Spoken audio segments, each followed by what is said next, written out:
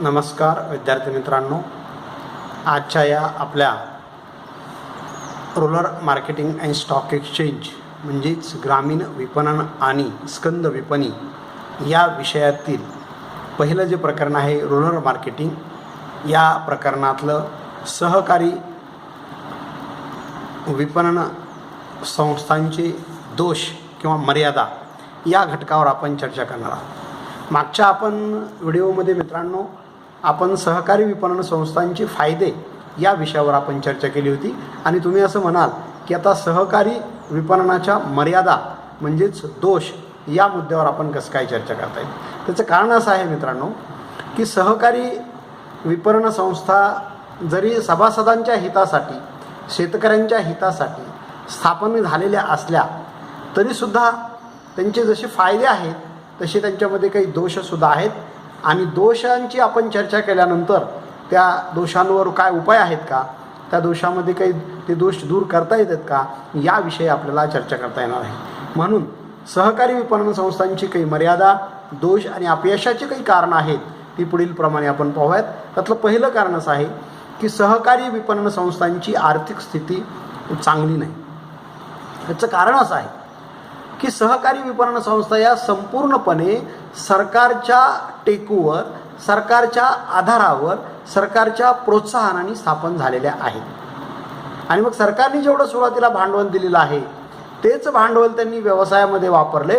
मी नव्हे तर मी असं म्हणेन की ते भांडवल इतरत्र पण त्यांनी वापरले। त्यामुळे सहकारी संस्थांनी स्वतःचं भांडवल उभारणी करण्यासाठी प्रयत्न करणं गरजेचं आहे, परंतु ते करत असल्याचं दिसून येत नाही। जेवढे सभासद आहेत त्या सभासदांचं समजा 500 रुपये भांडवल असेल तर त्याऐवजी 1000 रुपये, 2000 रुपये किंवा 5000 रुपये प्रति सभासद भांडवल करणं गरजेचं आहे, जेणेकरून सहकारी विपणन संस्थांचं भांडवलामध्ये वाढ होऊ शकते। आणि तुम्हाला माहीत आहे की व्यवसायामध्ये व्यवसाय करत असताना व्यवसायामधलं भांडवल हे ते रक्तवाहिनीप्रमाणे काम करतं व्यवसायाचं, कारण भांडवल हे सगळ्यात महत्त्वाचं आहे।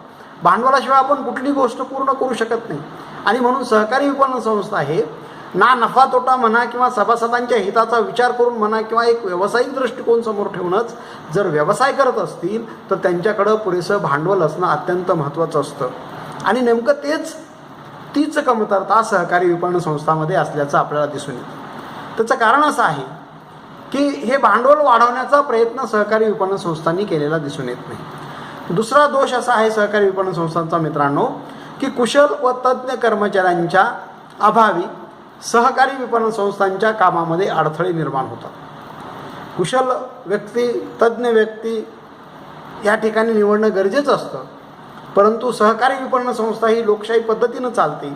लोकशाही म्हणलं की मतदान आलं, सभासदांना खुश करण्याचा प्रयत्न आला, सभासदांना गोंजारण्याचा अंजारण्याचा प्रयत्न आला आणि त्या दृष्टिकोनातून सहकारामध्ये जी झालेली भरती असते, सहकारामध्ये निवड झालेले कर्मचारी असतात ते कुठल्या तरी शिफारसीवरून, कुठल्या तरी संचालक मंडळाच्या शिफारशीवरून, कुठल्या तरी सभासदांच्या शिफारशीवरून झालेली असतात। मग यामुळं होतं काय की जितके पाहिजे त्या प्रमाणामध्ये कुशल कर्मचाऱ्यांची भरती सहकारी विपणन संस्थांमध्ये होऊ शकत नाही किंवा होत नाही आणि त्यामुळं हे कर्मचारी जे आहेत ते त्यांच्याकडं तितकंसं व्यावसायिक कौशल्य नसल्यामुळं, तितकं त्यांच्याकडं स्किल नसल्यामुळं ते त्यांच्या पद्धतीनं काम करतात आणि सहकारी विपणन संस्थांना अडचणी निर्माण करतात आणि मग त्यामुळं पाहिजे ते अपेक्षित यश प्राप्त होत नाही सहकारी विपणन संस्थांना। आणि म्हणून हा एक दोष सहकारी विपणन संस्थांमध्ये असल्याचं दिसतं की कुशल व तज्ज्ञ कर्मचारी या ठिकाणी मिळत नाहीत, मिळाले तरी टिकत नाहीत। त्याचं कारण असं आहे की जे तज्ज्ञ असतात, जे कुशल असतात, जे हुशार असतात ते कोणाच्या दडपणाखाली काम करत नाही, ते त्यांच्या बुद्धीनं काम करतात, ते त्यांच्या विचारांनी काम करतात। परंतु सहकारी विपणन संस्थांमध्ये संचालक मंडळाचा, सभासदांचा वारंवार हस्तक्षेप होतो आणि त्यांच्या मर्जीप्रमाणे, त्यांच्या मनाप्रमाणे काम व्हावं असं अपेक्षित या संचालक मंडळाला वाटत असतं। मग तज्ज्ञ आणि कुशल कर्मचारी अशा पद्धतीच्या बौद्रेशनखाली किंवा दडपणाखाली कुठलंही काम करत नाहीत। जरी एखादा कर्मचारी, काही 4-2 कर्मचारी हुशार आणि अनुभवी आणि कुशल कर्मचारी सहकारी विपणन संस्थेमध्ये आले तरी कालांतरानं ती सहकारी विपणन संस्था सोडून जातात। म्हणजे हा सुद्धा एक दोष सहकारी विपणन संस्थांमध्ये असल्याचं दिसून येतो। तिसरा दोष आहे विद्यार्थी मित्रांनो की सभासदांना कर्ज देताना पक्षपात केला जातो। त्याचं कारण असं आहे की सभासदांना ओळखीचा फायदा, पदाचा फायदा, संबंधाचा फायदा त्या ठिकाणी केला जातो आणि त्यामुळं ज्या सभासदावर अन्याय होतो त्या सभासदामध्ये सहकारी विपणन संस्थांच्या कार्याविषयी नैराश्य निर्माण होतं. मग असं का होतं की सहकारी विपणन संस्थांमध्ये लोकशाही पद्धतीनं निवड केली जाते. सहकारी विपणन संस्थांमध्ये सभासदांचा विचार केला जातो. मग सभासदांना खुश ठेवण्याचा प्रयत्न केला जातो.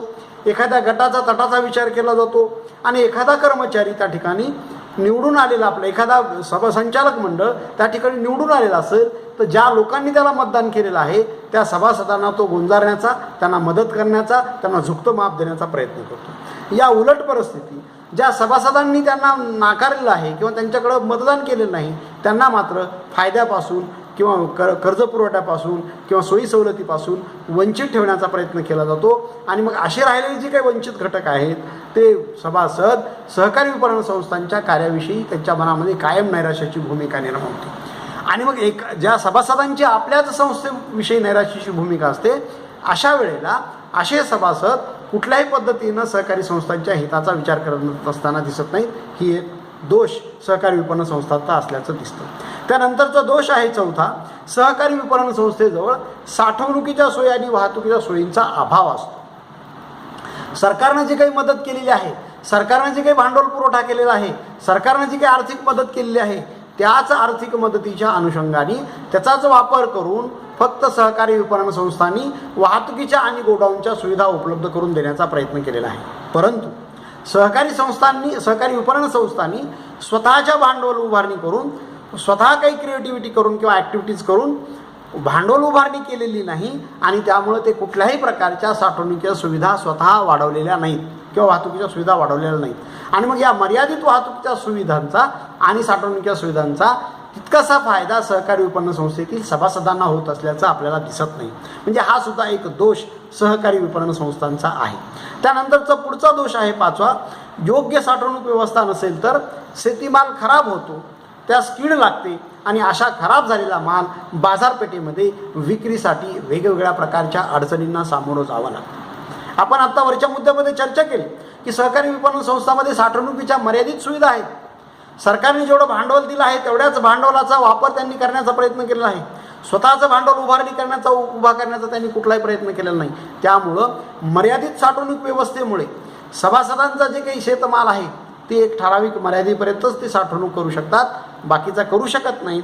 साठवणूक करून ठेवला तरी त्याला मग साठवणूक न केल्यामुळं तो सभासदाकडे राहतो, त्या मालाला कीड लागते, खराब होतो आणि कीड आणि खराब लागलेला माल बाजारपेठेमध्ये विक्रीसाठी तितकासा विकला जात नाही, त्याला प्रतिसाद मिळत नाही, त्याला व्यापारी खरेदी करत नाहीत, त्याला भाव कमी मिळतो आणि पर्यायानं शेतकरी सभासदांचं नुकसान होतं.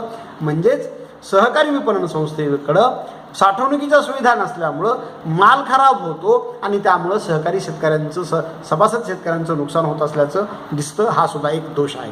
त्यानंतरचा सहावा दोष मित्रांनो, सहकारी विपणन संस्थांचा दैनंदिन खर्च खूप मोठा असतो. आपल्याकडे आपण पाहतोय कुठली एखादी सहकारी संस्था असली की त्याच्याकडं तिचं संचालक मंडळ असतं, त्याचे पदाधिकारी असतात, ते भरमसाठ खर्च करतात, त्याच्यावर कोणाचं नियंत्रण नसतं, कंट्रोल नसतं आणि मग सभासदांनी, संचालक मंडळांनी ठराविक बाबीवर किती खर्च करायला पाहिजे याचं कुठलंही नियंत्रण नसल्यामुळं अमर्यादित खर्च होतो आणि त्यामुळं पर्यायानं सहकारी विपणन संस्थांचा खर्च वाढतो, नफा कमी होतो आणि त्यामुळं सभासदांना, शेतकऱ्यांना कुठल्याही पद्धतीनं ते मदत करत नाही. म्हणजे हा सुद्धा एक दोष असल्याचं आपल्याला दिसून येतो. पदाधिकारी अनावश्यक खर्च करतात आणि त्यामुळं सहकारी विपणन संस्थांना नेहमीच तोटा सहन करावा लागतो आणि अशा या तोटा सहन केल्यामुळं सभासदांच्या हिताचा विचार या ठिकाणी होत असताना दिसून येत नाही. त्यानंतरचा दोष आहे, सहकारी विपणन संस्थांच्या कारभारात भ्रष्टाचाराचं प्रमाण आढळतं. भ्रष्टाचार का आढळतो की कुठल्याही संचालक मंडळाला, कुठल्याही पदाधिकाऱ्याला वाटतं की सहकारी संस्था ही आपल्या ताब्यात आहे, म्हणजे ही आपण वापरण्यासाठीच आहे, आपण गैरव्यवहार करण्यासाठी आहे, गैरप्रकार करण्यासाठी आहे, हीच धारणा डोळ्यासमोर ठेवून तो पदाधिकारी म्हणून बनत असतो. सहकाराचं तत्व कसं आहे की एकमेका सहाय्य करू अवघे धरू सुपंत.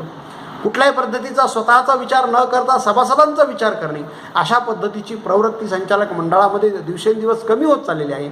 आणि त्यामुळं सहकारी विपणन संस्थामध्ये भ्रष्टाचाराचं प्रमाण वाढत आहे. आज महाराष्ट्रामध्ये आपण बघतो की अनेक पतसंस्थांमध्ये, अनेक सहकारी पतसंस्थांमध्ये, अनेक सहकारी बँकामध्ये घोटाळे झालेले आहेत. समाजसेवक अण्णा हजारेंनी त्याच्यासाठी उपोषण केलं, त्याच्यासाठी सरकारला अनेक प्रकारच्या विनंत्या अर्ज केल्या. आणि त्यामुळं अशा पद्धतीमुळं भ्रष्टाचार होत असल्यामुळं सहकारी विपणन संस्थातील सभासदांची सहकारी विपणन संस्थाविषयी आपलेपणाची, सेवेची भावना दिसून येत नाही. कारण हे संचालक मंडळच भ्रष्टाचार करतात, गैरमार्ग करतात, गैरप्रकार करतात, शिफारशी करतात. आणि त्यामुळं पर्यायानं काय होतं की सहकारी सभासदांच्या, संस्थेच्या, शेतकऱ्यांच्या हिताचं इथं जपणूक होत नाही, हितांचं संवर्धन होत नाही. आणि त्यामुळं याविषयीची एक आपलेपणाची, अलगपणाची, वेगळेपणाची भावना म्हणजे नाराज सहकारी संस्थांच्या सभासदांमध्ये राहते. म्हणजे हा सुद्धा दोष सहकारी विपणन संस्थांमध्ये असलेला आहे. आणि पुढील आपण व्हिडिओमध्ये सहकारी विपणन संस्थांमधील जे काही दोष आहेत ते दूर करण्यासाठी कोणकोणते उपाययोजना करणं गरजेचं आहे त्या मुद्द्यावर आपण चर्चा करूयात. या ठिकाणी थांबतो मित्रांनो मी. धन्यवाद.